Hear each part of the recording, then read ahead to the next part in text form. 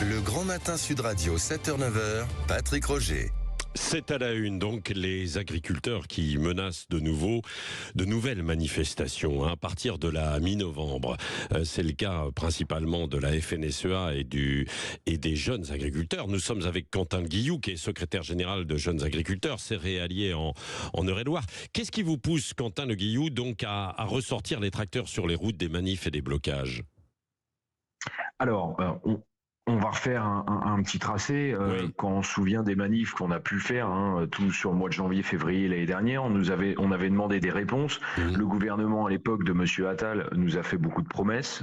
On s'attendait à beaucoup de choses. On a travaillé ensemble, tous les agriculteurs avec le gouvernement, pour faire une mise en application de ces mesures-là. Est arrivé le gouvernement qui a décidé de voir autrement, les nouvelles législatives, etc. Nouveau gouvernement. On a attendu, nous on a continué de travailler. On a proposé des choses, on a proposé un texte pour la rentrée. Aujourd'hui, le nouveau gouvernement est là. Le gouvernement a aujourd'hui toutes les cartes en main pour faire avancer le sujet agricole. Moi, j'ai envie de vous dire, la détresse agricole est aujourd'hui pire qu'elle l'était au mois de janvier, avec tous les aléas climatiques. Qu'on comprenne. En fait, déjà sur les promesses, il y avait eu des promesses de simplification des règles et puis de nouvelles aides. Ce n'est pas arrivé dans les fermes, ça, c'est ça ? Non, pas en totalité. Oui. Sur la toute volée des simplifications, aujourd'hui, on n'a rien vu de nouveau. Sur les aides, on peut parler FCO et MHE. FCO, c'est la fièvre cataracte, MHE, une maladie aussi sur le bovin. Les agriculteurs ont commencé à perdre des bêtes au mois de janvier, février l'année dernière, à l'hiver 2024. Ça va faire 1 an, et là, enfin, l'argent commence à arriver. Rendez-vous compte, on a des agriculteurs qui ont dû prendre des courts termes pour payer les animaux le manque qu'ils ont en plus, malheureusement, emmené à l'équarrissage. Enfin, rendez-vous le moral, la psychologie pour les agriculteurs. Et enfin, ça arrive sur cette partie-là. Mais il en manque encore énormément. Tout le volet simplification. Aujourd'hui, on appelle l'État à mettre la main un petit peu à la pâte au niveau des PGE. Les PGE, c'est les prêts garantis d'État, ou du moins du cash sur les exploitations.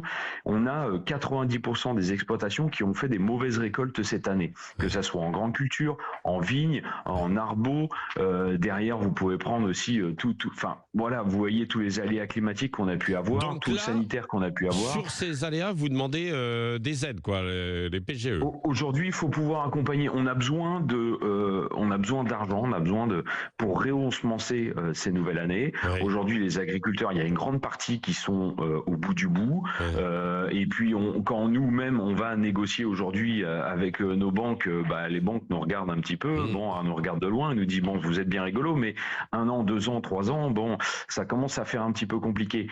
Donc aujourd'hui, il faut que l'État nous soutienne. On a des normes aussi aujourd'hui qui sont là, qui coûtent de l'argent pour des transitions agroécologiques, etc., etc. Pourquoi on ne fait pas pause sur ces normes-là, qu'on prend l'argent et qu'on vit? Vous voudriez une pause. Je reçois la ministre de l'Agriculture, Annie Genevard, tout à l'heure à 8h30. Donc concrètement, vous lui dites, faites une pause sur certaines mesures, c'est cela en fait, et puis aidez-nous débloquer en fait des fonds, quoi.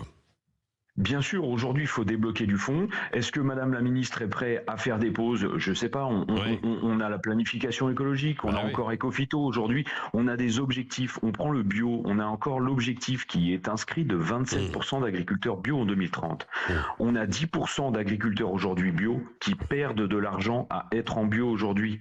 Donc, il faut peut-être arrêter d'emmener ces agriculteurs-là au casse-pipe. Peut-être dire, l'argent, au lieu de l'emmener vers de nouveaux agriculteurs, peut-être conforter ceux qui sont déjà là en place avant d'envoyer plus. Le marché n'est pas prêt pour le bio aujourd'hui. Donc voilà, il y a ce sujet-là, et puis on a toujours le sujet européen. On entend parler du Mercosur. Alors voilà. C'est ça. Je voulais dire, parce qu'il y a la signature qui est prévue, peut-être, donc mi-novembre sur le Mercosur. C'est un accord de libre-échange avec certains pays pour relancer le commerce. Et vous demandez, vous, les agriculteurs, soit des clauses miroirs, ou alors vous vous opposez complètement à cet accord. Aujourd'hui, nous, on s'y oppose, éventuellement des clauses miroirs, mais quelle implication, comment les mettre en marche. Voilà. Ouais.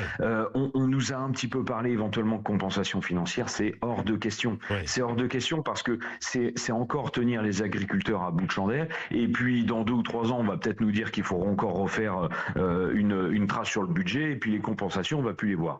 Donc moi, pour nous, c'est hors de question. Mercosur, c'est non. Aujourd'hui, ça ne respecte aucun critère. Oui, Quentin Guillou, c'est important. Vous dites non pour le Mercosur parce que évidemment, il y a des impacts pour le bœuf, l'agneau notamment, mais il y aurait des gains pour les produits laitiers, les vins, les spiritueux et certains produits transformés. Qu'est-ce que vous répondez à cela? Et c'est pour ça que certains pays européens veulent cet accord. Oui, certains pays en veulent, sauf que on a du mal à comprendre aussi certains pays. Hein. On peut prendre la Pologne aujourd'hui qui est prête éventuellement à dire oui pour le Mercosur. Pologne qui est quand même quasiment le premier producteur de poulet et d'œufs en Europe. Elle est prête, ça veut dire que la Pologne est prête à voir accueillir des poulets lavés à la javel et nourris aux hormones venir sur son territoire. Voilà, nous tout ça, ça nous offusque un petit peu quand on nous parle de bœufs qui sont encore nourris à la farine animale. Hein, on va pas refaire tout le tracé sur toutes les anciennes maladies qu'on a pu avoir dans les années 90-2000, mais on a ces animaux qui sont encore nourris comme ça au Brésil et sur toute la partie Paraguay, Argentine, etc. On est prêt à les avoir dans nos assiettes. Pour nous, c'est non. Aujourd'hui, valorisons nos produits français. Merci Quentin Guillou. Je poserai toutes ces questions à la ministre Annie Genevard. Vous pourrez l'écouter entre 8h30 et 9h. Et d'ailleurs, je vous le dis, d'ores et déjà aussi à certains, si vous voulez poser des questions, je vais les relayer. Vous appelez le 0826 300 300, vous aurez la parole.